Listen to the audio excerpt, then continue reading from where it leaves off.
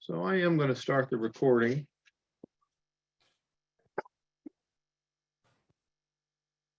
See, I promised you a barking dog.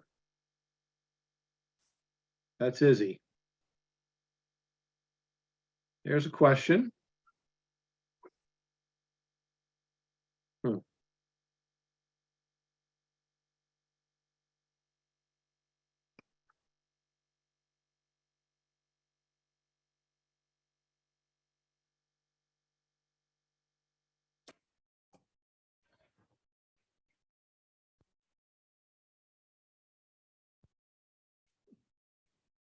Smile, yes.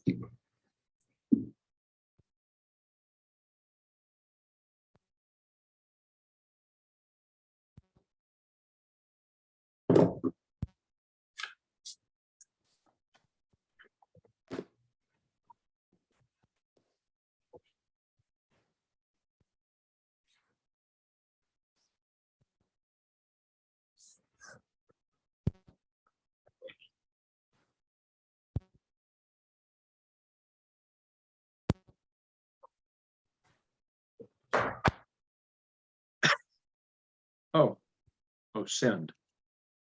Okay. Okay, so we're at 7 o'clock. Do I give it another minute, Jerry? One. You hear me? Do I have the sound on? Yes, Toby.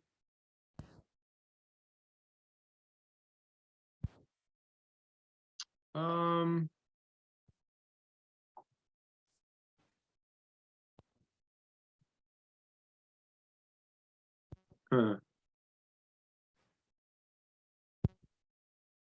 Well, Jerry, do you want to start answering questions?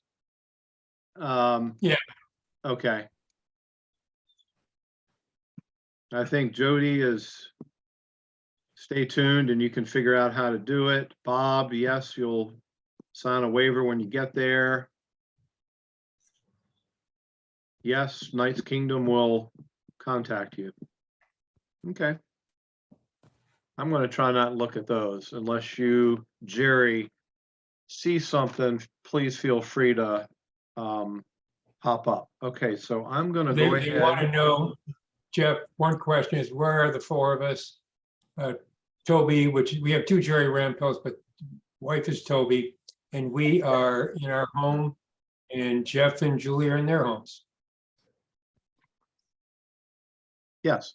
I think more specifically, who are the four of us? Ah, Who are you?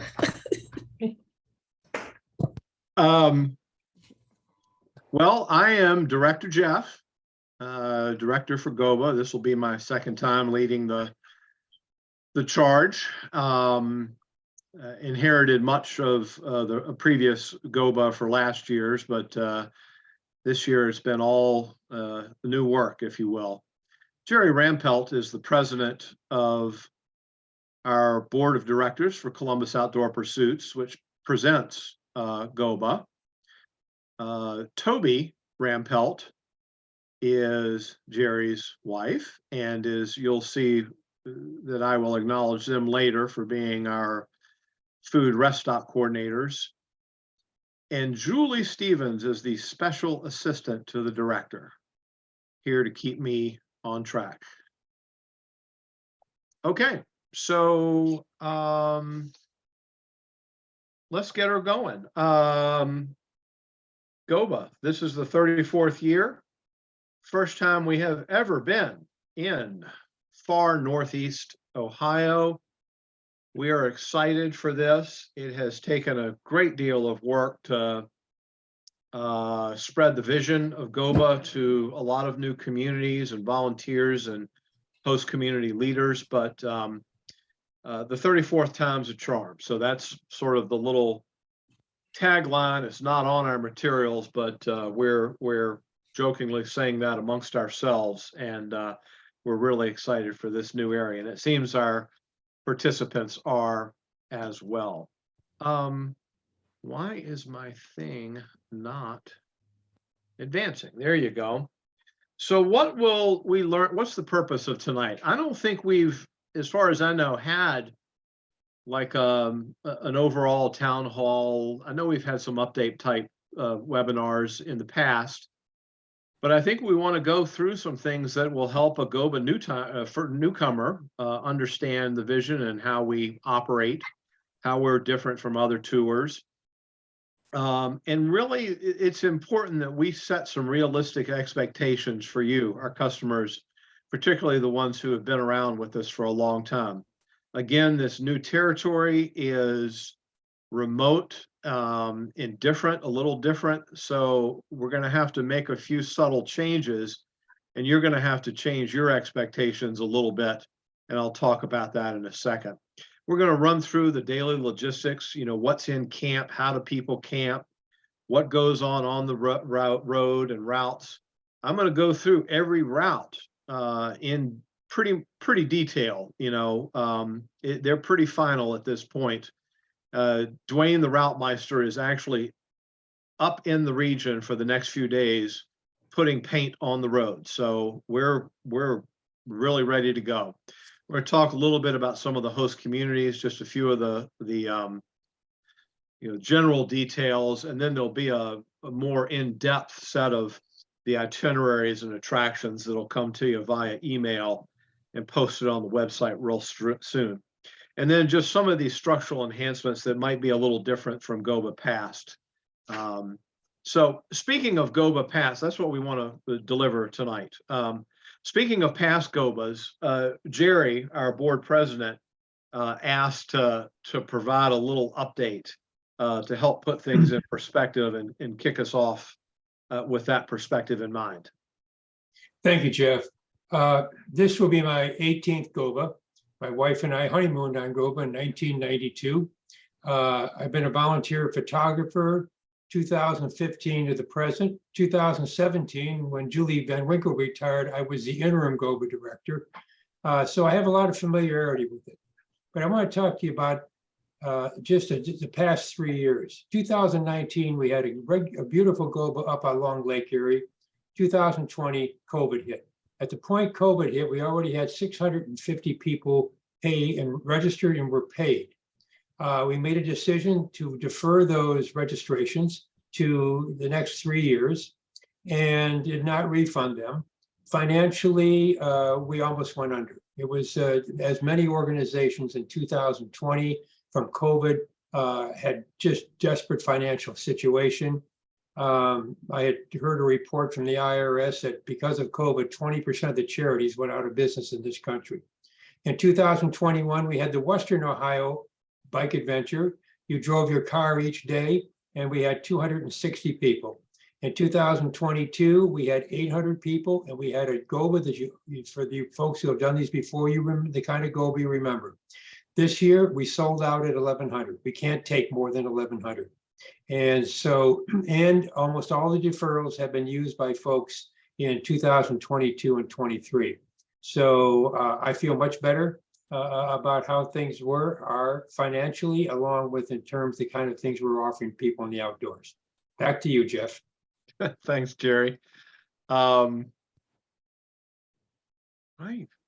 thing is not advancing. I don't know why. There we go. So when I came on board, we want to talk about managing expectations. What does this mean? The food and services at the camp and host communities might be a little different this year. You might need to ride a little bit further between rest stops. You might need to carry a little, food in your jersey pocket. You might not be able to find beer in the Amish campground. We're in an area that's not been explored in 33 years. And I had always heard, even though I was really not closely related with GOBA, I had always heard GOBA riders wanted to go to this area. But the longtime management said, Jeff, it can't be done. The communities are too far apart. There aren't enough services. The roads are horrible, blah, blah, blah. So we broke the model. I didn't realize I was really doing it at that point. But last year at GOBA, I sort of asked for your help. So where do you want to go? And a lot of people said Northeast Ohio. So I said, well, we need help. And when you ask for help, people come out of the woodwork, and our GOBA riders longtime riders in the region really have delivered. So the 34th time is a charm. And I want to say, at this point, I do want to acknowledge a couple groups. We had a group out of Ashtabula County led by Arlene Rice and her husband Elliot in Jefferson, and members of the Ashtabula Cycling Club that really drove a lot of our knowledge and connection with the communities up in that part of the state. Then the Kent Cycling Club and the Cleveland Touring Society, they were all people that chimed in and really helped us make some connections, not only with rest and lunch stop things, but help with routes. So a big thanks right off the bat to the longtime GOBA riders that helped make this happen. Now, let me say this. The model of GOBA has always been sort of a la carte style, where you go to the local communities, the local groups put out, bake sales or lunches or whatever. And I don't know if you may or may not have noticed, but we have certainly noticed this year, and particularly in a new region, that the nature of volunteer-driven organizations and activities has waned. We've had a number of groups that have said, that sounds cool, we'll do it. And then a couple weeks later, they get overwhelmed and they back out. We can't find the volunteers, et cetera. So we need to be flexible with our model to adjust to this changing landscape. And that's one of the reasons we including a handful of meals in your registration cost. It's just so much easier for us to go to a community and say, well, you might be feeding 500, or maybe, some might, we're going to say, we just need to cater for 1,100. And it makes it, it's a relationship that ends up a lot better, because the riders are happy because they have food. The communities are happy because they've made some money. And then we're happy because we haven't stressed about one or the other needs not being met. So we still love exploring and supporting these local attractions and services, and we'll continue to do that. And there are a lot of these local groups around this year. And you're going to see a list at some point on GOBA of the names of the organizations who have contributed, providing stops, who we are supporting with fundraising for their activities. Boy Scout Troop 11 in Jeffersonville, to, the Rotary Club in Aurora, to, the list. I'm getting goosebumps just talking about it. But when you see it, I think your jaw will drop and you'll know that what we do and why we do it is important. So we do need to adapt to some of these changes. Speaking of which, I did mention beer. Now, in the old days, that kind of adult talk might have been taboo on GOBA because we had a lot of families. Well, we're going to have a wine tasting in camp on Monday night, and we're going to have rest stops at 2 wineries. So how's that for change? I hope that's an enhancement. We'll see. People have asked for it, so let's just get it out there and help do it. You've tolerated my whining about being understaffed for the last 2 years, and with your patience, flexibility, and support, as Jerry told you, Columbus Outdoor Pursuits and GOBA will survive and thrive into the future. And let me tell you, I have truly loved speaking and trading emails with all of you, and I talk with a lot of you. And I hope you've tolerated my brand of humor. I have enjoyed speaking with you, and it's been fun. So let's talk about some acknowledgement about our core leadership team. Arlene Rice and husband Elliot up there in Jefferson, that's that first picture around the table. That's where I went up and said, here's a basic concept. Can we do it up here? And there are members from the Ashtabula Club there, and they, said, yes, we can do it.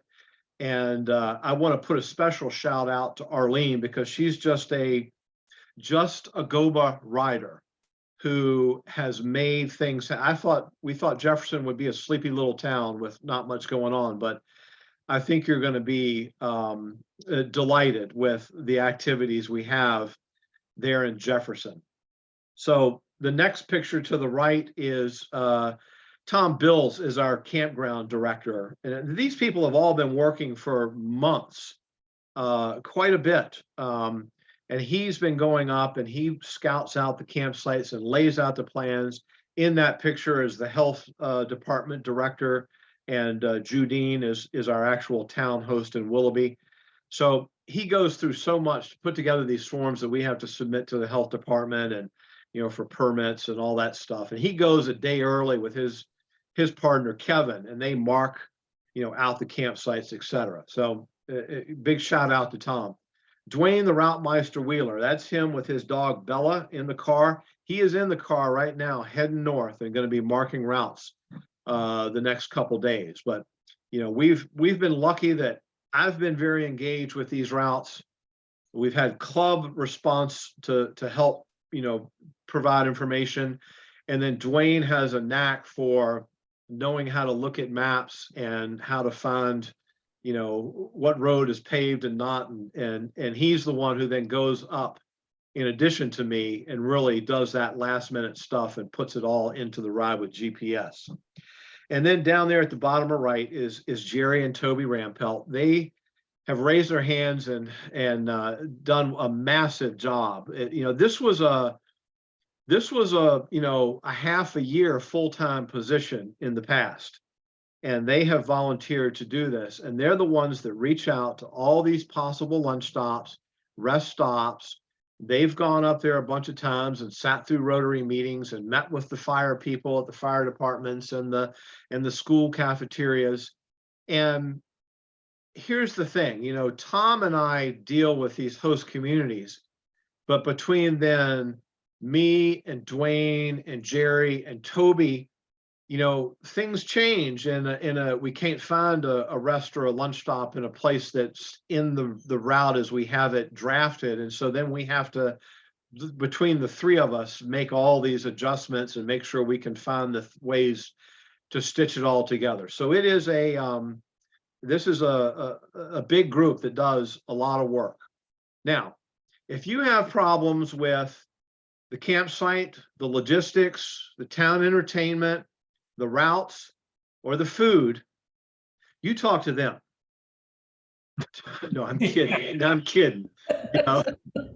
They've done great. Please thank them. If you've got a problem, now you talk to me. I will listen, and I highly encourage you to talk to the special assistant to the director, my wife, Julie. So this is I don't know if we call it a formal or an informal position, but you all might have remembered Julie being there at the information booth an awful lot last year and was a great help. But she gets a big, huge shout out for letting me be on the road for a couple days a week, every other week up in that territory. So away from home quite a bit.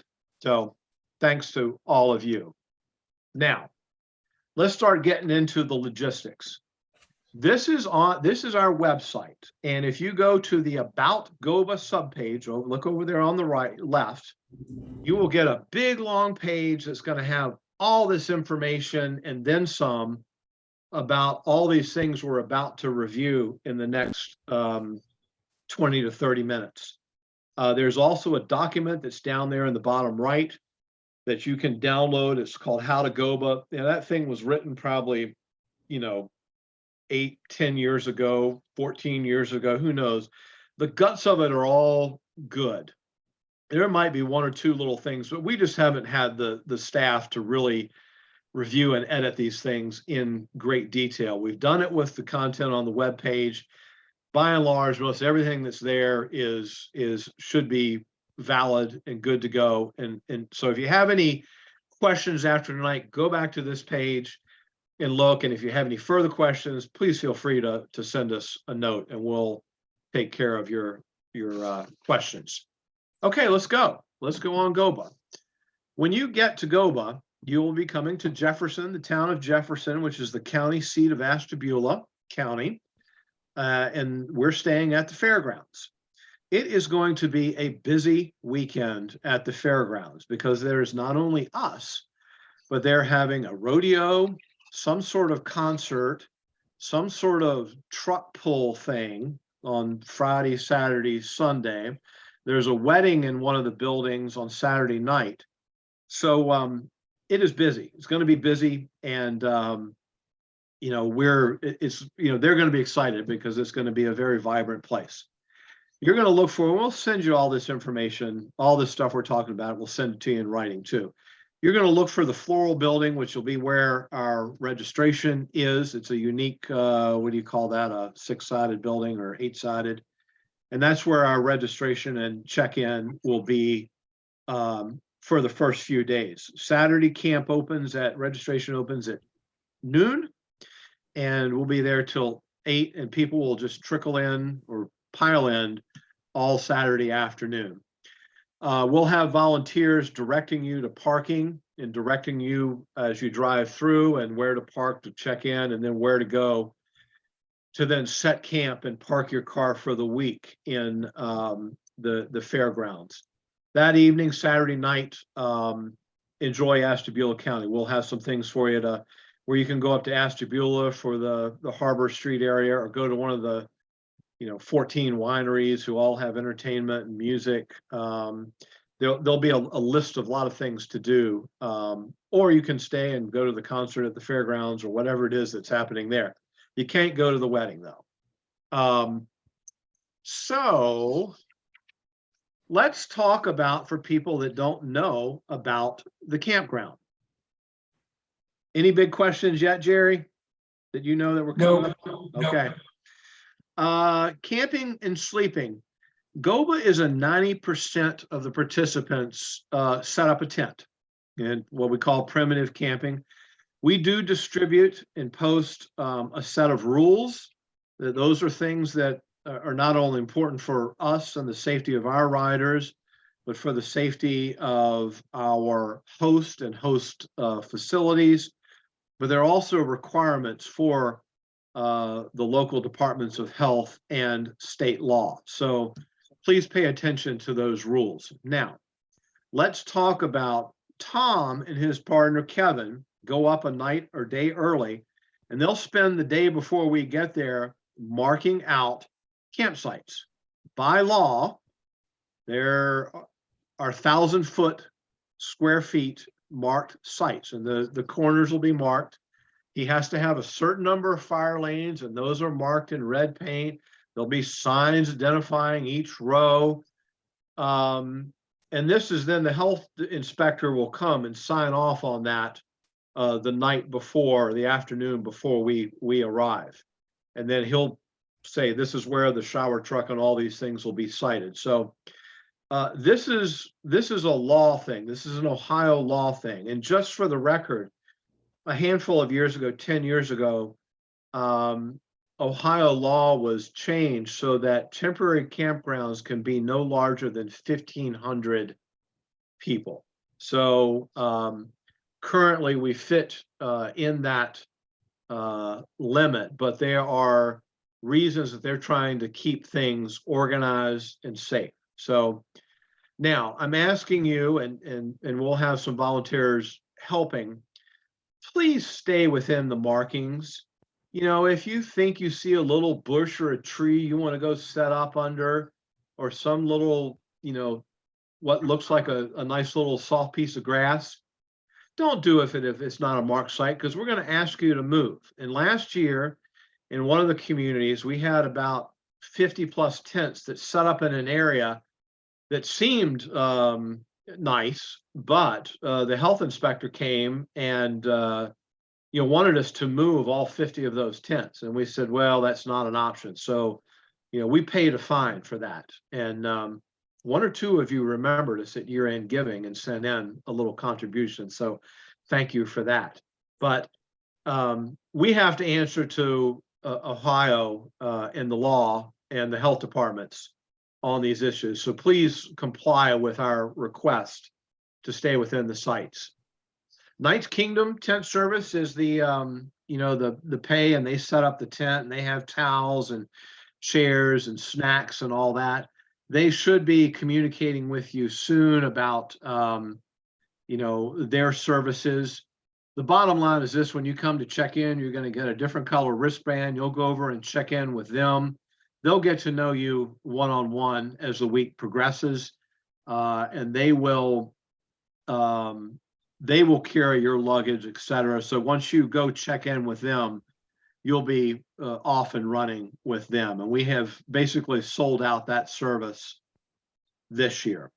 We have car campers, people that pull a little pop-up vehicle like you see there in the picture, or just pull up a car and have a partner, spouse, significant other drive the car to the next spot, and it gives them access to a car. We have some big RV type vehicles. We have some box trucks where a club brings a big truck and they carry all their own people's luggage. Again, you buy a car camping pass, and it's important that when you pick that up at registration, that you display that windshield pass at all times, and it's got your name and phone number in it. And the purpose is that if something goes awry on the road with you, we know if there's a stray vehicle, at least how to try and reach out to you that something's gone awry. So please, again, follow the instructions of our leadership volunteers as they point you where to park and where you can be. Let me set the expectation for Willoughby. You're going to park in a parking lot, and you're going to have to walk your stuff down and camp with everybody else. But, the RVs and pop-ups will be able to do that in the parking lot. But, the people that like to pull their car up to a grassy plot, it's not going to happen in Willoughby. So be ready for that. Indoor campers. We always have a group every year. I think this year we've got about 75 or so. And we've filled capacity at a couple of our places, who go set up in, a gym or something like that. We've got a fair building at Jefferson, a church basement in Willoughby that'll be very nice. The conference center in Kent, which is, you're sleeping on a ballroom floor. And in Burton, it's an indoor air-conditioned, nice room. We've got a new indoor sleeping director captain. His name is Dave Buzzy, and he'll be keeping an eye on you, and he'll be helping you lay out and make sure you follow an orderly way to set up, so that we can get everybody in the space effectively and efficiently without, smooshing into each other. And there's one place where you're going to have to be very careful and set up your bikes in a different place. So please, again, follow Captain Buzzy's direction. There will be separate luggage tags for those that have indoor sleeping, because we will transport, when they come off the luggage truck, our volunteers will put the indoor sleeping bags in a pile, and those will get taken over by the football team or whatever to each of those facilities. So they're there at the indoor sleeping facility without you having to, lug them a half a mile or up the hill in Willoughby. Jeff, Yes. there's a luggage question. How many bags are they permitted to have to load on the truck? We are flexible.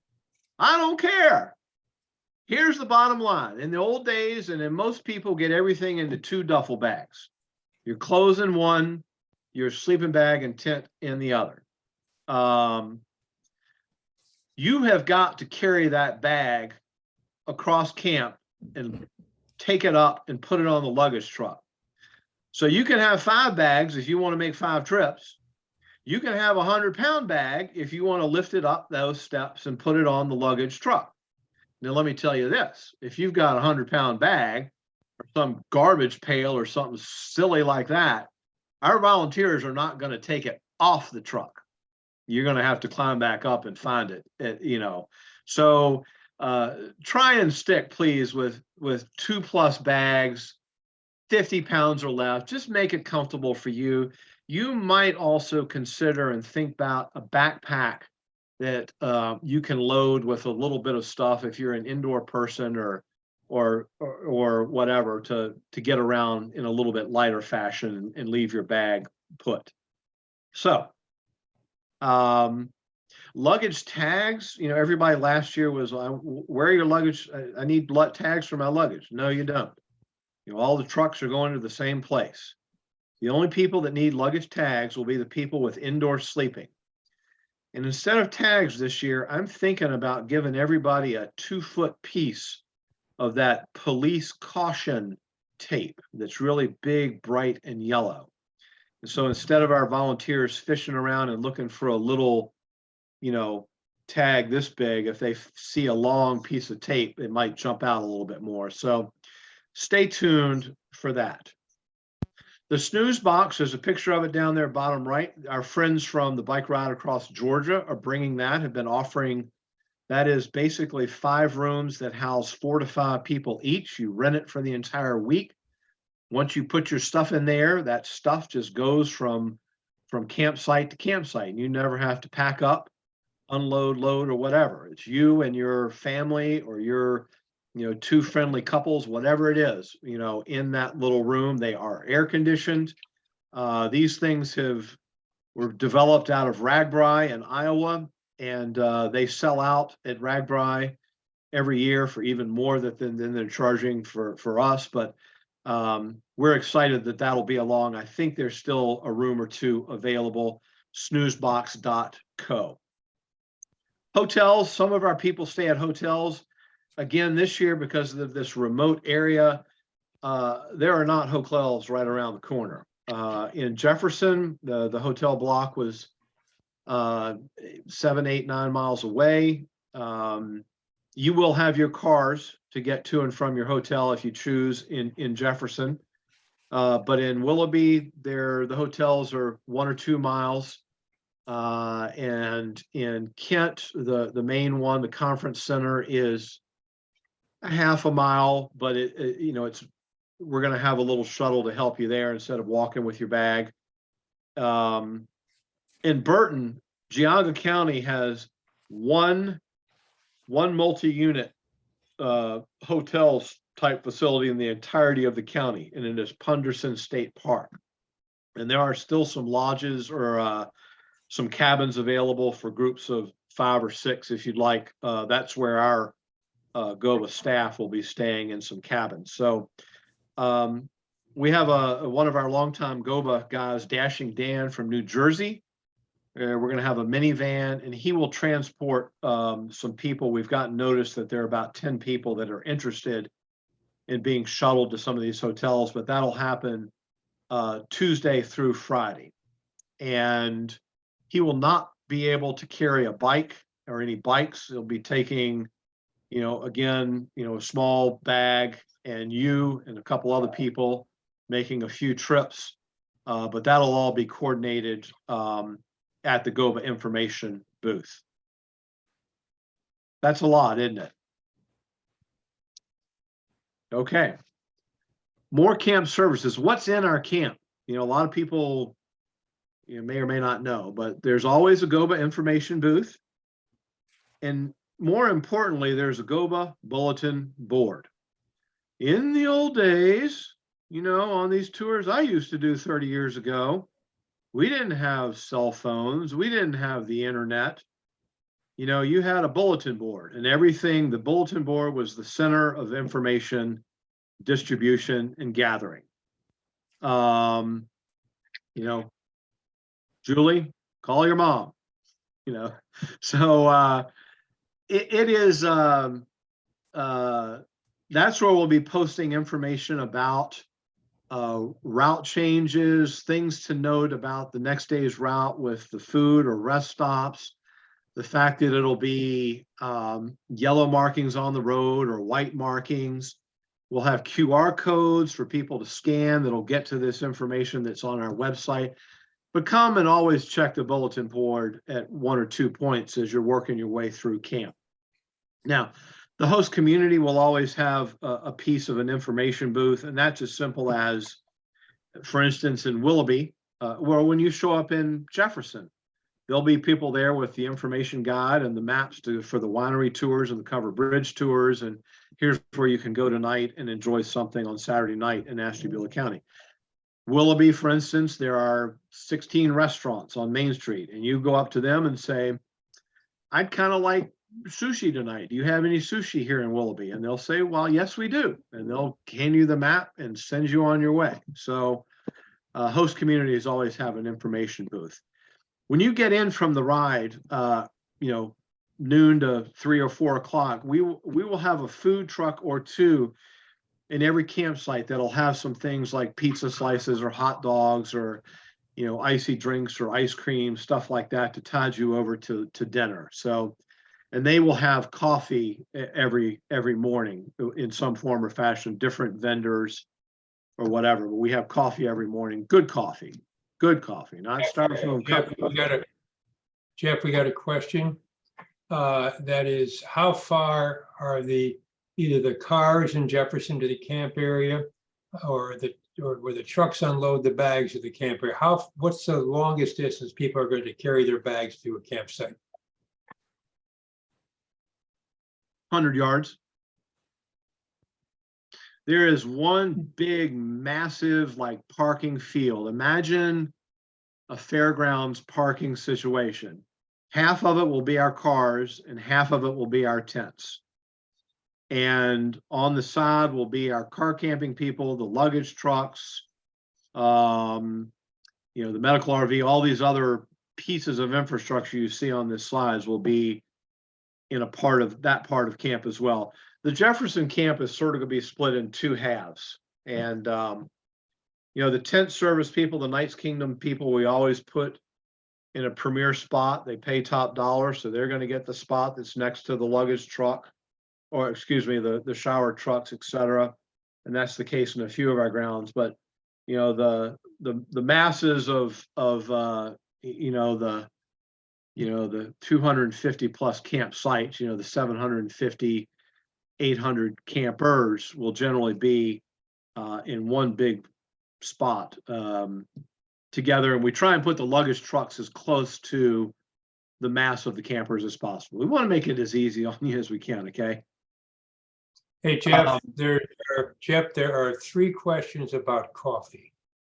And just when Toby and I have met with each food stop place, we say this with the kindest terms, but we say a whole lot of the GOBA riders are coffee snobs. And when they wake up in the morning, they do need their coffee. So we have made an effort to have it there. One question is, will we have it by 5:30? I'm not sure by 5:30, but they're going to be there quite early with coffee. And they are going to have hot water for those of you who want tea. And bring cash in dollar bills. You answered the question. Good coffee. There are a couple coffee shops teaming up in Jefferson, Willoughby. Kent, I think, is like the Park Service is doing something special, but they've got a specialty coffee group bringing in the coffee. So, and there'll actually be additional coffee shop in the small little community of Burton is coming out and bringing. They've got those big things, and their coffee will be a lot better than the standard catering coffee, put it that way. Okay. We have a medical RV and doctors who run a couple clinics, first aid clinics, both in the morning for an hour before the ride and in the afternoon for an hour and a half plus. We've got a handful of MDs, a couple, a paramedic or two, a nurse or two. I forget the exact credentials, but this team has been with us forever. And they are very well equipped to meet some of your first aid needs. If you get scraped up, scratched up, have the heat stroke, pulled a muscle, whatever it may be, they'll be, you can stop in and see them and get pointed in the right direction. We do have a medical RV that basically we keep that as the base for those guys, but we have that primarily to have a refrigerator to store medication. So if you've got medications you need stored in the fridge, you let us know at check-in and we'll point you in the right direction. I didn't put this on there, but let me mention this. If you've got a CPAP machine and you've been one of the people that's reached out, how do I plug it in, etc., we're going to have Tom, campsite director, try and set up a handful of areas that are well marked that'll have access to some electric outlets. And so if you've got a CPAP, bring an extension cord or two. I know many CPAP people have portable batteries, and I'll get to charging in a second. Of course, we have the shower truck. This year, we've got a new vendor our previous vendor, and Chuck has retired, the driver. My special assistant, Julie, got to drive the truck last year. Chuck taught her, but the new guy insists that he will give her her second lesson this year. So, Oh, fun. yes, he has. That Highlight of my company out of, summer. yeah, that company out of Seattle was sold or bought by another big operation, and it's just a little too cumbersome for us. But we've aligned with a group out of Minnesota, and basically all the major tours of our nature, our peer organizations, are utilizing this company and have utilized them for a year or two or three. So we're in good company. They know how to serve our groups. They're excited to be with us. And they've got one trailer that's got 24 stalls. So should be enough to handle us well. Of course, we have our wonderful porta potty people back, that how they move those porta potties from place to place and do that dance with rest stops and lunch stops during the day. I don't know, and I don't want to know, but they do it, and they do it well. They clean those porta pots. If we're in a place for a second day, they do come in and service them so that they're cleaned appropriately. So we're not going 2 or 3 days in Jefferson on the same porta pot. Luggage trucks, there's a picture there. You've got to load the stuff in. They have steps.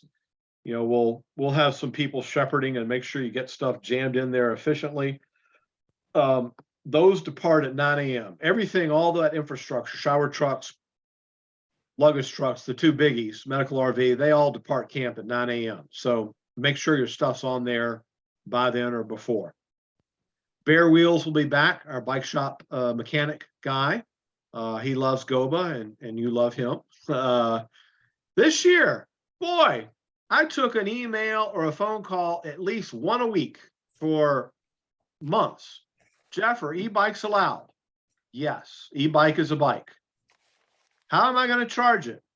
Well, we'll have a way.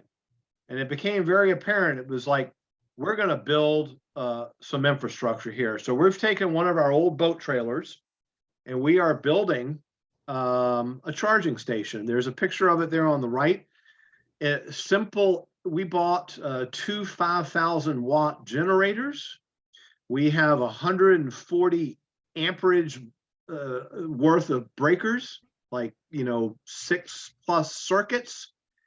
We've got a very simple, elegant design, much like Bike Florida does, with those shoe things you hang in your closet, and then those long power strips with 12 outlets, and you can bring, you can stick your phone with the cord, in the little shoe container and leave it there.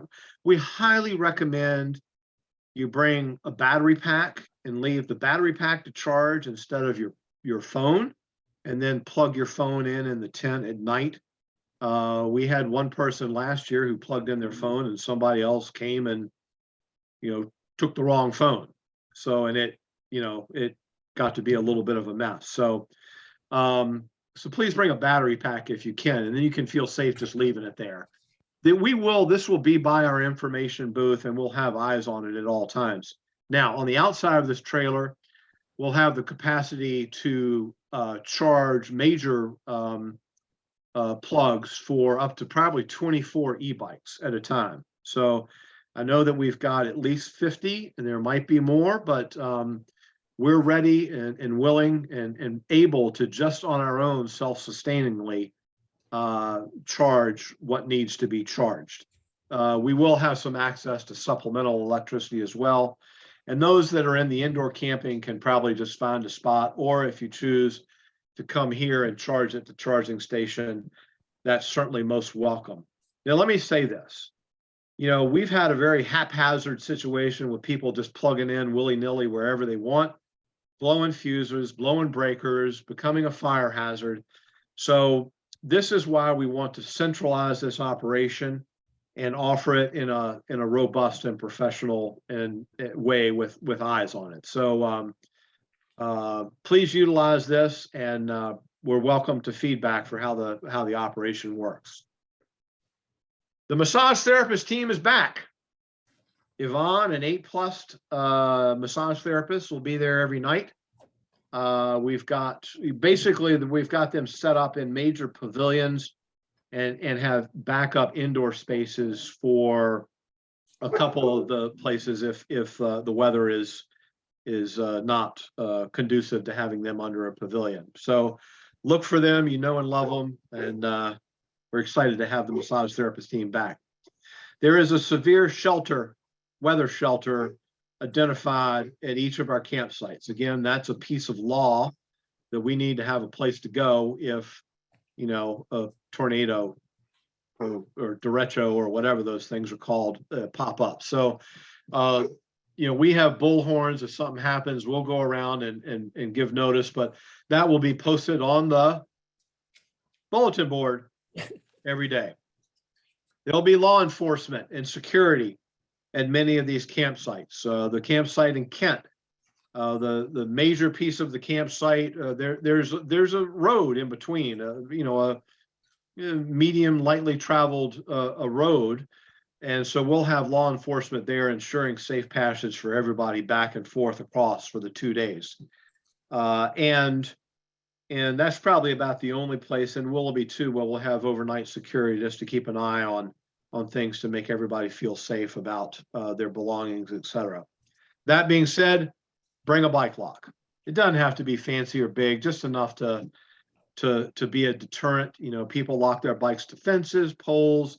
Just lock the back wheel to the frame, lay it beside your tent, and you will rest a lot easier as you sleep. And again, you can lock it up and feel comfortable walking into town or doing whatever for the evening to get dinner, etc. But just bring a bike lock. It'll make you rest a lot easier.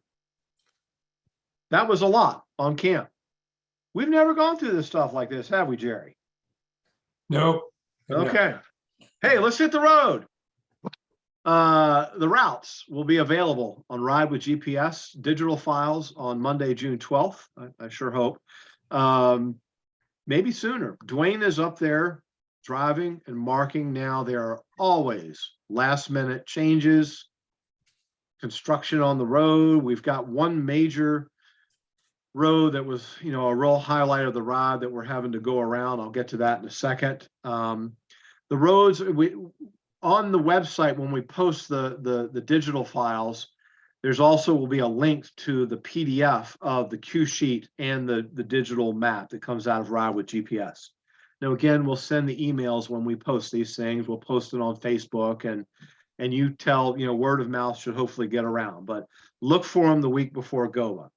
The roads are marked with paint. Dwayne is done this for years, and last week, and I went down to Horsey 100. I forgot my little digital Ride with GPS thingy, and thank goodness the roads were marked very clearly. And I used an old paper cue sheet and held it in my hand as we rode along. And the guy behind me with the digital file couldn't understand how I could be ahead of him and know where we were turning. So the old-fashioned ways work just as well too. So we've got 3 ways or 3 or 4 ways for you to navigate and find your way. There will be signs out there, of course, before busy roads and things you need to take note of, or the rest stop here is coming up is got Kolachki's or whatever it is. So there you go. Now, when you're riding, we do have a SAG support team and an emergency coordinator. This is a team of drivers and SAG drivers and an emergency coordinator and a ham. All of them are ham licensed radio. Our medical team also have ham radio capability on their bikes as they ride. So they are tuned in to the conversation that's happening all the time. This SAG team is very experienced, and they know how to manage people and move people along if there's a problem. Now, the phone number to the main emergency coordinator at the SAG, in the SAG car, it'll be on your wristband.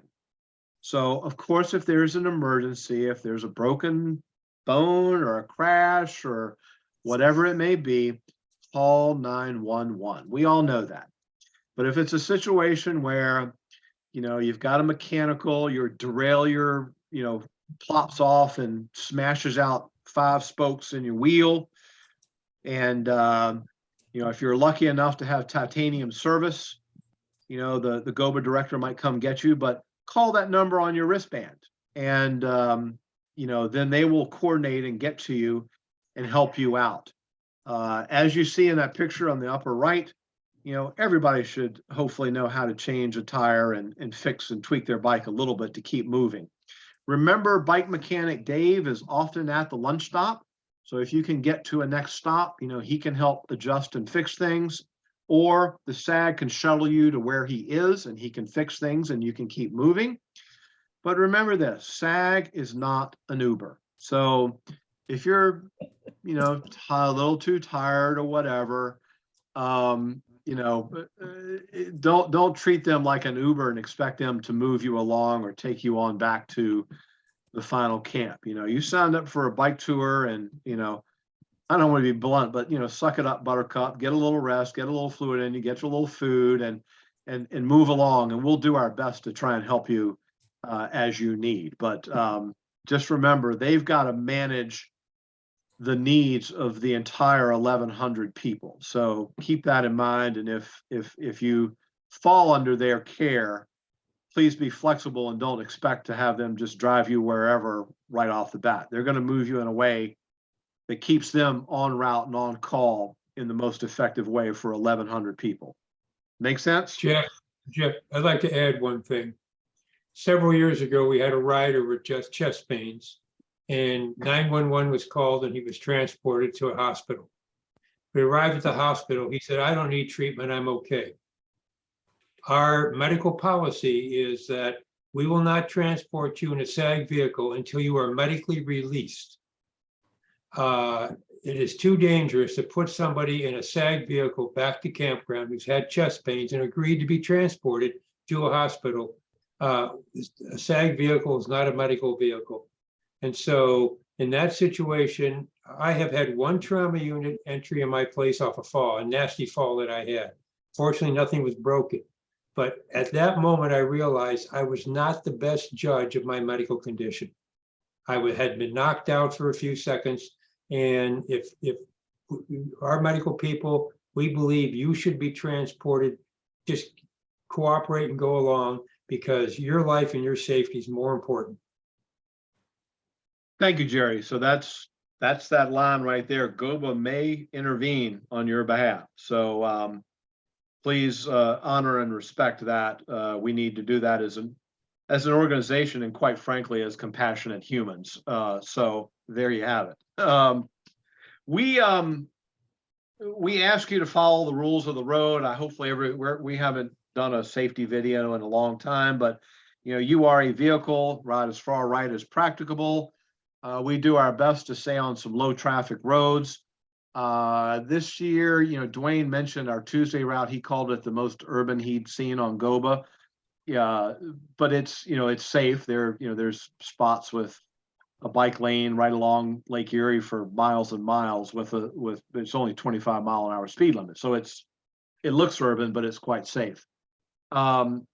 You will see photographers and videographers out there. We're going to get some bigger badges for them this year, but please honor and wave and smile and allow them to take your picture. We need more pictures, evidence of GOBA, happening. So, and you will see, speaking of low traffic roads, you will see Amish buggies and Amish, other Amish scooters and, bikes and such. So please honor them, give them wide berth, not to startle the horses, and enjoy that ambiance, please. So now, on the road services, basically our routes are 40 to 60 miles a day. There are 4 days where you have to ride to get from Jefferson to Willoughby, and Willoughby to Kent, and Kent to Burton, and Burton back to Jefferson. There are 3 optional loop days in there. Now we'll go over the details. I'm going to actually show you the routes here in a minute. Every day there is basically a morning and an afternoon rest stop, except for maybe one day, the last day, and there's a lunch stop at every day.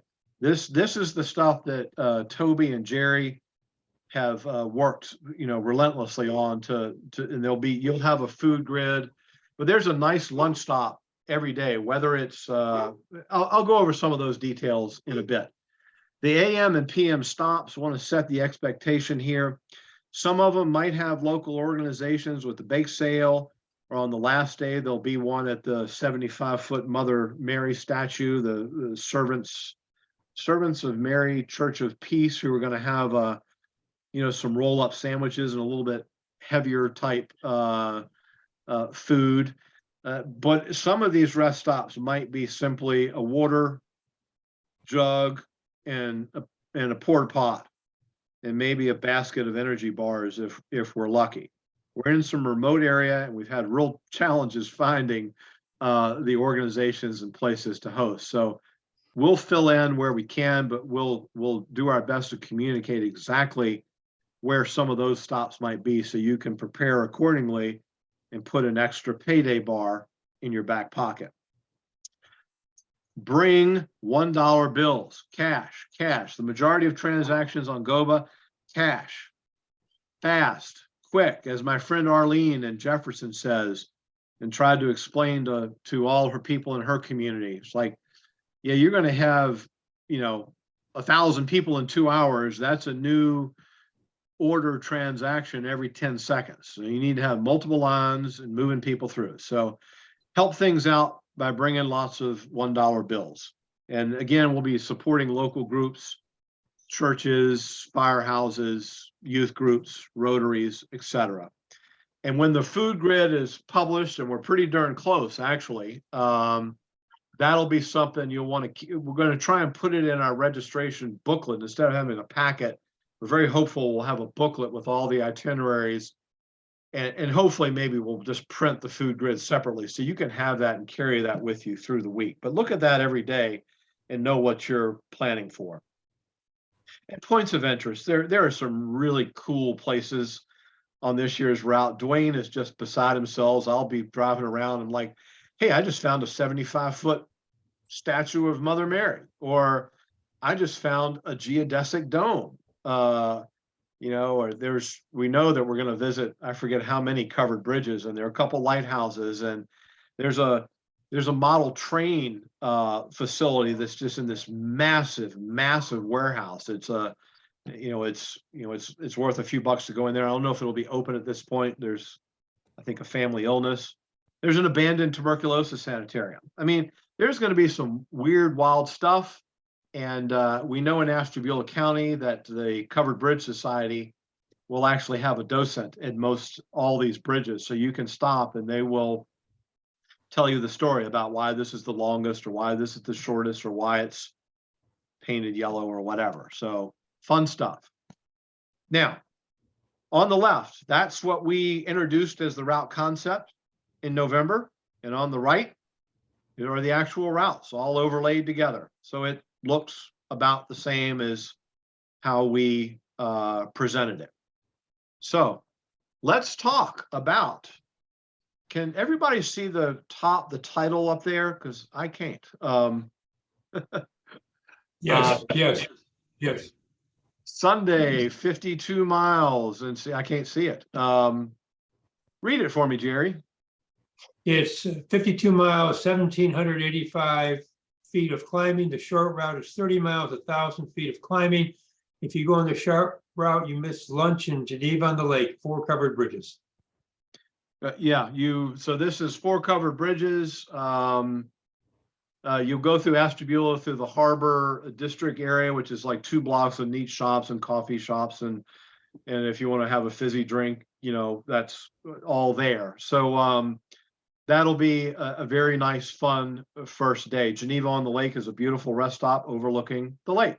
And if you don't know about Geneva on the Lake, you can, it's like a little, how do you say it? It's almost like has a boardwalky beach, boardwalky vibe to it, with all sorts of, little gift shops and motorcycle bars and things like that. So Sunday night, when you get back to Jefferson, we'll have our opening ceremony. There'll be food trucks, a pasta dinner available, and a Motown band. So that'll be a great fun first night. Monday, 59 miles, 1,700 feet. There is a shortcut, but again, you will miss the lunch overlooking the lake at Conneaut. And there's a beautiful, there's like a World War II D-Day invasion, Normandy, something or another there at that park. But it's just a beautiful place, and it's going to be a very fine, nice lunch. There'll be entertainment at lunch there that day, somebody singing some tunes. You'll notice there's a winery right after lunch. That's an optional stop. But again, I think there are 7 covered bridges on this route this particular day. When you get back on Monday night, we're going to have one of our GOBA provided meals, a Mexican dinner, and then there'll be a wine tasting. GOBA is not providing the cost of the wine tasting, just to make that clear. And there will be entertainment, but you'll have the opportunity to do a little wine tasting and buy some bottles and see what all the vineyards have to offer. First transfer day is Tuesday, and we go smack through the middle of wine country, and we pass 6 or 7 wineries. As a matter of fact, our morning rest stop is at a winery. Old GOBA management is probably rolling their eyes at me, but I think they're going to have some breakfast style foods there. And but what fun! And I think they might have some tours and such. But through wine country, and then it's sort of the area up to the lake, to Fairport Harbor. We go through some sort of industrial areas, some old chemical plants, but lots of old, kind of lakey communities. But we're going to Fairport Harbor, and this is just an interesting, I don't know what the population is, Jerry, 1,000? 3,500. How much? 3,500. 30, wow. 3,500, 1 mile square. Yeah. An old, vibrant, harbor community. There's a lot of boating activity and fishing activity out of there, lake business. And it has an ethnic background. There is a Finnish museum there. There's a Hungarian culture club. There's a shop that sells French crepes on Main Street. But they are going to host lunch. And Jerry and Toby say this might be a lunch you might remember for a long time. Now, the menu has ethnic foods with, rolled cabbage leaves and, kielbasa sandwiches. And then you have to go to the Finnish museum to get your Finnish bread pastry. And then you've got to go to the Lighthouse Museum. They really kind of want you to stick around. There's a lot of interesting things to see right there in Fairport Harbor. Then we'll come out of there and go basically back up along the lake, Mentor on the Lake, and actually the northern part of Willoughby, and drop into Willoughby from the north. But there'll be a rest stop there at the lake. That'll be the last time you'll see the lake for the week. When you get to Willoughby, we're at a set of ball fields that's right next to their downtown. They have a 2-3 block downtown with like 16 restaurants and bars. And you'll just go eat wherever. They're going to have a concert on the green and a beer, what do you call it? The beer hut thing. So then things, when we start going down to Kent and from there, things start getting a little hilly. We're going along the Chagrin River Valley, and we're going through communities like Gates Mills, Hunting Valley to get to Chagrin Falls. We had to take a detour. This is some very gracious living. I mentioned this before.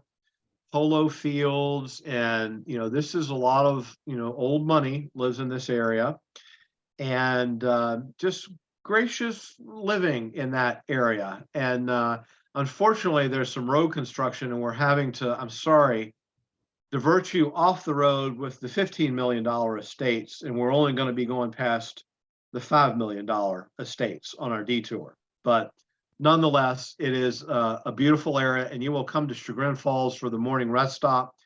And Chagrin Falls is Jerry tells me they filmed Hallmark movies there. It's that kind of little community. So it has a, a charm about it. But there's some nice little, bookstore and shops and coffee shops, and they will have a rest stop there for us. And then from there, we go to Aurora for lunch. You'll notice that the route does a big loop-de-loop down there at the bottom, a big banana. We couldn't continue straight into Kent through Statesboro to Kent because those roads are just too busy. So we're doing our best to get around them on some roads that are a lot more remote and less traveled. Things get very remote over there near, it's called Manaway. Looks like Mantois, and Hiram, into the north end of Ravenna, and we'll come into Kent on a bike path there. When we get to Kent, we're going to be at a city park. This is one that's sort of split in two halves. You're going to see a lot of old growth trees and shady, beautiful areas, but it is rolly and hilly, and you're not going to be able to camp there. There's just safety-wise, the parks and the health department would not let us put up tents in the areas with these old growth trees. So we're in an outflow lot and the front end of a warehouse with a very nice lawn. We will have some tents here and there in that space, but that will be where our RVs are, car campers, hardtop things, our massage people, the medical RV, and then the Knights Kingdom people will be a little bit in a remote area up near a little prison building, but it's quite nice and it'll be near the shower truck. But that camp is sort of spread around a bit. So I'm sorry to tease you with what you'll see is what looks like a nice shady area, but we can't use it for safety and health reasons. This is a challenge we faced through all these communities, finding spot to fit 1,100, 1,200 people. So that night, again, Kent has got a special little place they're pointing us to up near their bike shop and a brewery with food trucks and beer, and there's a concert up there. They also have numerous restaurants. Kent, of course, is a college town, the home of Kent State University. Some of the attractions you will see will be some tours and narrations at the May 4th plaza and memorial from the shooting there at Kent State. And there's some other things there that will get distributed as well. Thursday is an optional day with both a 50 and 100-mile route. This is the 50-mile route right here. I can't see what I wrote up there, but the bottom line is this. It is pretty darn remote. We're into Portage County. There's not a whole lot in there.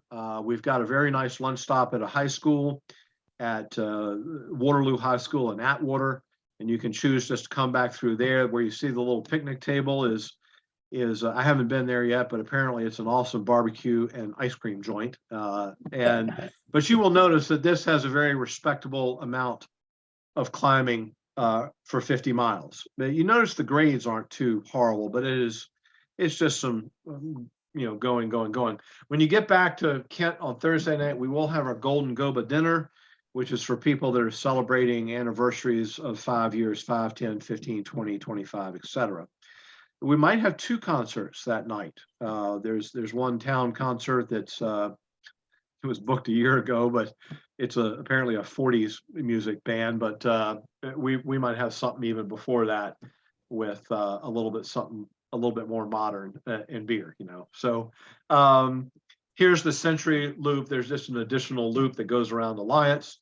As you can see, that's pretty respectable climbing, 3,700 feet for 100 miles. Yes, we have Century patches this year.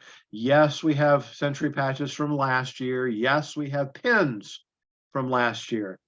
When I inherited this thing, I didn't know how important some things were until we didn't have them. So we've got them for you this year. And if your friend isn't on GOBA this year who did a Century last year or needs a pin, please take one home. Friday is our day.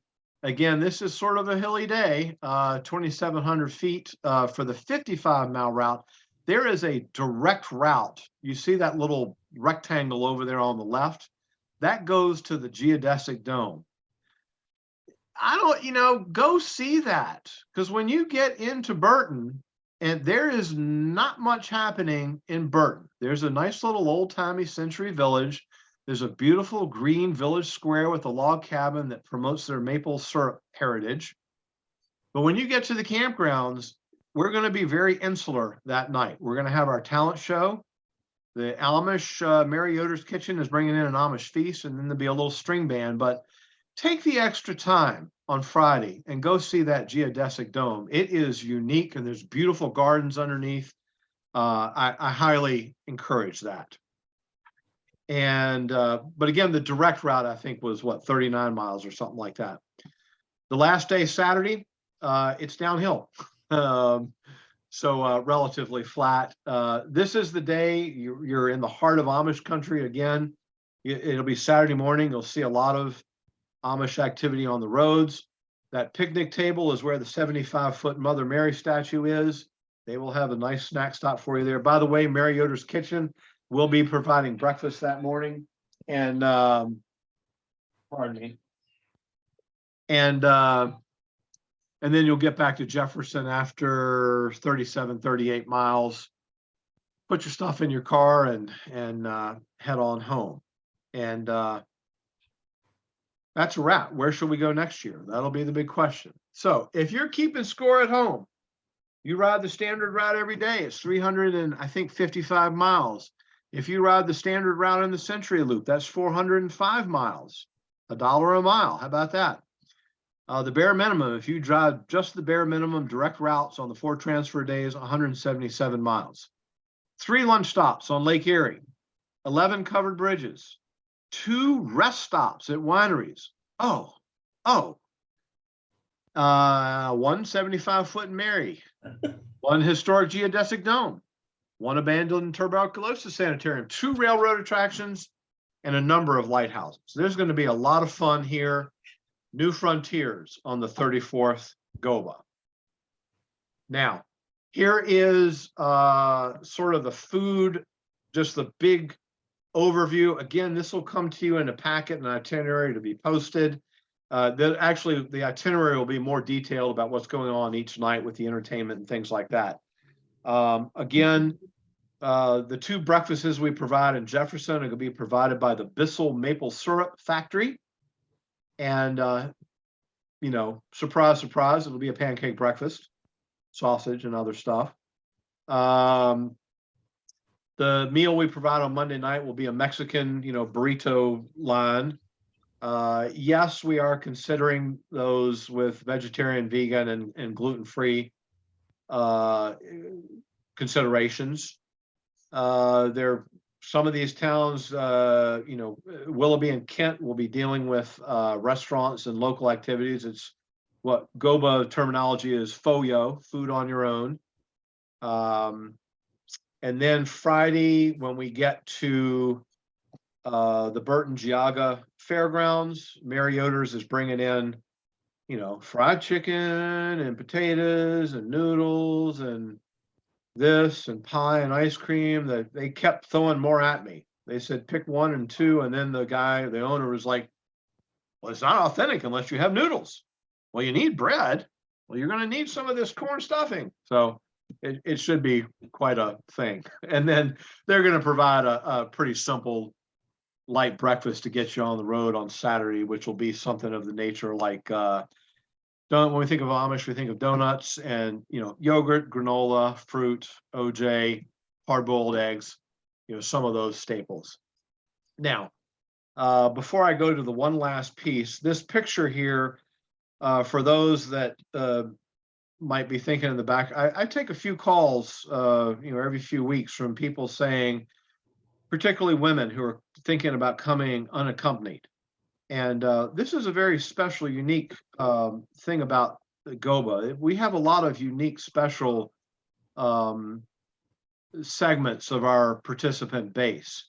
And we sort of discovered this one, which is that single women, or I want to say unaccompanied women, come to GOBA because they feel safe and they meet others like, traveling in their circumstances and get together and make new friends. And this goes for everybody, but this was a particularly touching picture near the end of GOBA last year. And these 5 women had all come separately. and they all met each other. And I kind of heard the story, and I said, I want to get your picture all together. So, so I don't know what I've got written up there. I can't see it, but have fun, meet people. That's the thing. One last thing, and again, this is, don't want to drive this home, but a lot of people say and think that, GOBA is actually, compared to other tours, is underpriced, market based wise. And, people have said you're way underpriced. But the model of paying out of your pocket for meals is something that sort of adds to the cost. And we've got a hybrid this year, but a lot of people just don't understand, how much it costs to put on a bike tour. So, there's some big costs right over there. Shower truck costs close to $30,000. The porta pot operation, $25,000. Luggage trucks, $15,000. Think about all the vehicles we have to rent and the gas and the drivers, and that's probably low right there. We got to pay for those campgrounds and those fairgrounds and those city parks, and all the donations we make to the organizations that support some of these rest stops and lunch stops. You're paying them for the meal, but there's a lot of times another donation that's coming from GOBA to go help out their effort. The bands and entertainment. I've heard people say, hey, the town got a band for us. No. Yes, they got a band for us, but we paid for it. So there's law enforcement out there that needs to be paid for to keep you safe. Every time you sit in a chair at a table under a tent, it's costing us $5 for you. So keep that in mind. So that stuff adds up, and I don't want to get too down on things at this point, but it's important that people begin to understand that there's a pretty big infrastructure that goes with this tour. I'm done. We still need a little bit of help if you or your friends, or you've got a day to spare, or your partner, or whatever it may be. We could still use some lunch and rest stop volunteers. We've got a pretty good contingent of some solid leadership volunteers in our camp, but we definitely need help on Saturday, not only doing registration, because that goes from noon to 8. But there's we need people helping the Jefferson teams, park cars and direct people and things like that. So please, I know a lot of you people have sent things, and I'll probably respond to a lot more emails in the next day, but please feel free to send me another note if you can raise your hand. And then if you or your partner, friend, or whatever is available for just a day, say in the Kent area, the Willoughby area, wants to, help us, provide some SAG support or help, mark the camp or something like that, give us a holler and we can fill you in. So that's I have a question. Ooh. So there are some questions in the question and answer that still haven't been answered. Will we be able to reach out or send some responses to these? I would try, but I don't know all the answers, and I mean some of them are a little bit. Jeff, one question was, do you have a text message system No. for giving alerts? No. Okay. No. And you lost some people on the yellow tape, and what you want the yellow tape for? I know I was going to try to answer that, but I guess, is that for the hotel people? Correct. No, not the hotel people, the indoor sleeping people. Indoor sleeping. Oh, see, that's why I didn't answer. 75 people that sleep in the church basement, in the fair building, in the conference center, etc., in the indoor place, 75 of them lined up on the gym floor. I'm thinking, instead of a luggage tag that's only this big, I'm thinking about that we would provide to you at check-in maybe 2 feet of that bright police tape for every bag you need to mark. And you could just tie it around your handle, and it would flap around and be so much more visible than a little luggage tag. So I hope that answered. That's just what one of the funny little things I thought of last week as I was thinking about luggage tags. That is the only group that will need a luggage tag. The people that are staying at Knights Kingdom don't need a luggage tag because they will be right there with the Knights Kingdom people. They will go put their things right by the Knights Kingdom truck, and the Knights Kingdom truck will move their bags to the next Knights Kingdom camp night. And people going to a hotel, well, you just find your bag and then we can help shuttle you. You'll carry your bag up, and we'll find Dashing Dan and get your bag into the back of the minivan and get you to the hotel. Okay. Questions about climbing, meaning hill climbing. How many hours is the course open? We try and get, my recollection is that most people were off route by 4 to 5.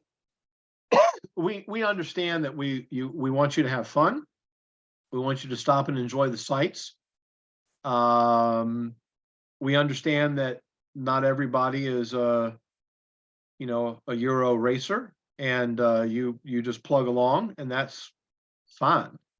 But we do, our SAG crew, they will see you, and they know, and they communicate who's out there. And if I've ever got the ham piece in my ear, I know that Sally and Pete are the last riders on the road and exactly where they are. So, we'll keep an eye out for you, if it takes you until 5 or 6 to come in. But we'd like you to try and plan to be in at 4 at the latest, because you don't want to miss all the fun stuff that's going on in camp, and the beer gardens, and the wine tasting, and the entertainment, and the food, and the ice cream truck. So we'll do our best to nudge you along if you need it. And there's another question. Why are cots not allowed? I didn't know cots weren't allowed. Person says they're up into a duffel bag. Yeah, if you have a small camp cot, if you're doing it, I assume that question is for indoor sleeping. If you want to carry it, feel fine, bring it. We don't care. You got to carry it, go ahead. I mean, a lot of people, have these days. These people have these air mattresses that are, 24 feet or 24 inches tall. These massive things. And some people just sleep on a little thermi-rest that's only, an inch pad. So there's everything. And you do what makes you comfortable, and just recognize that you have to lug it around and get it on the truck. I did see that somebody asked about cold drinks. Last year we had some icy water at the end.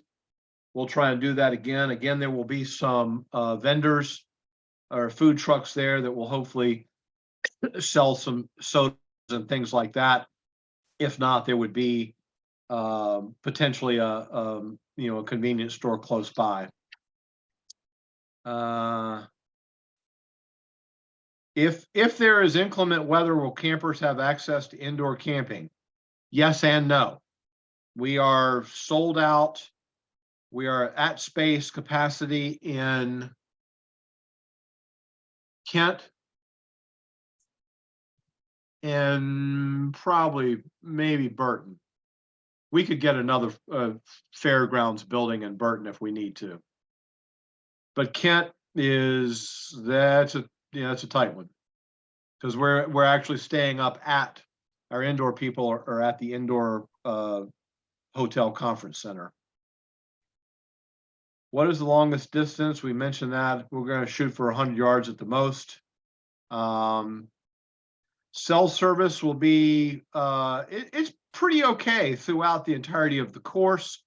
The city of Jefferson is actually bringing in some like Verizon booster units, because it's just going to be so many people in that particular area, and which is, it's a small town. So yes, we'll have hot tea or hot water for tea. It's not when you buy coffee, you hand them, $2 or $3 and, $2 or $3 bills, and you get your coffee. It's not like a coffee service like some other tours. Bragg has one where you get you know, a wristband, and you pay for the whole week and you just get what you want. We hope 5:30, but 6 realistically. I hope we answered your question about the charging of devices. We feel confident that we're going to have a pretty robust system.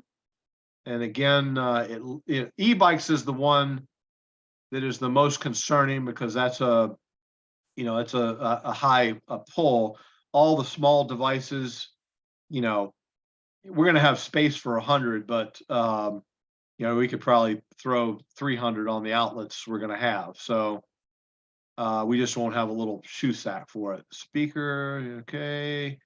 Text message, no text messages. I'm sorry at this point. Yeah. We will, it seems like a lot of our audience does watch Facebook. Sometimes we put things there, but that's not the official mode of communication. I hate to say it, but the bulletin board is where we're going to be Luddite in a couple ways. I'm not sure about the proper way to pass a horse and buggy, except very far on the left with, you know, we're coming by on your left. Don't take pictures. I usually try to go slower and make sure they know that I'm behind them before I go around.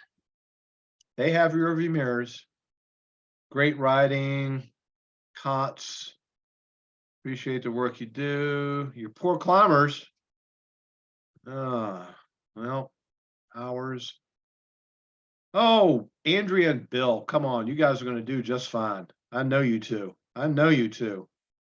The downloads the routes we're going to post, the target is Monday, June 12th, the week before GOBA.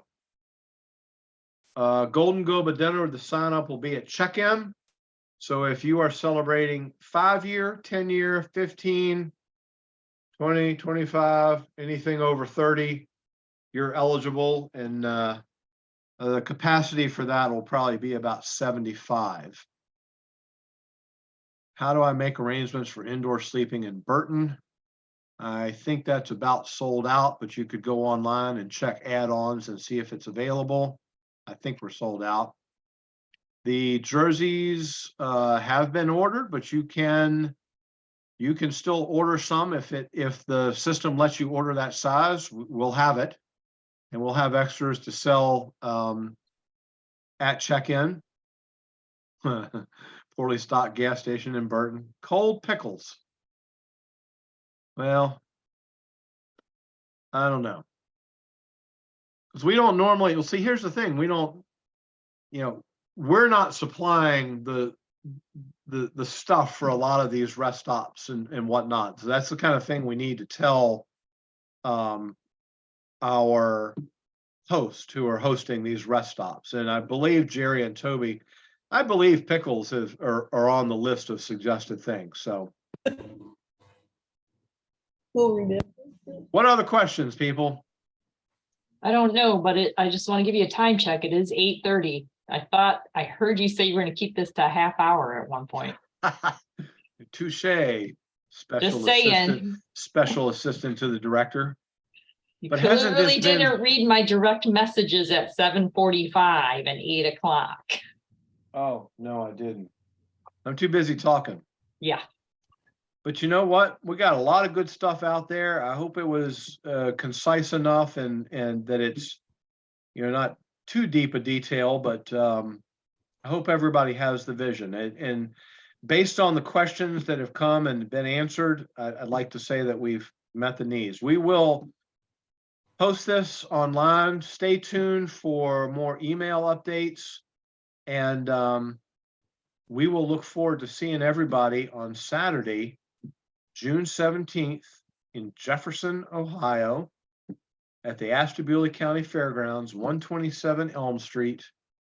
And Arlene and Elliot Rice and all their friends and community leaders will be there cheering and welcoming us to their part of the world. We are so grateful for all the GOBA long-timers who have stepped up to help put this GOBA together. It is, when you're dealing with new communities, it's taken a lot longer to shepherd these communities along, and we couldn't have done it with the people that have been doing GOBA, helping, provide the needed information to these community leaders.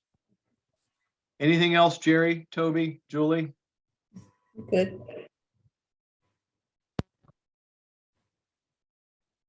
In some places, the wells are low in Ashtabula County.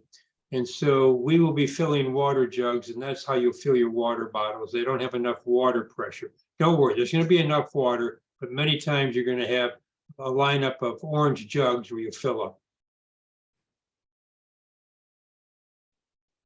These are the kinds of, this is why they said it couldn't be done.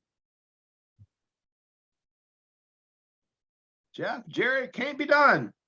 Well, we're making it happen. And please bring with you your cheery disposition, your flexible nature, and good demeanor, and have fun. And I'm sure you will meet people and have a grand time. Okay, we'll call it a meeting then. Thank you so much, Jerry, Toby, Julie. And I'll figure out how to stop this. Okay. In webinar for all.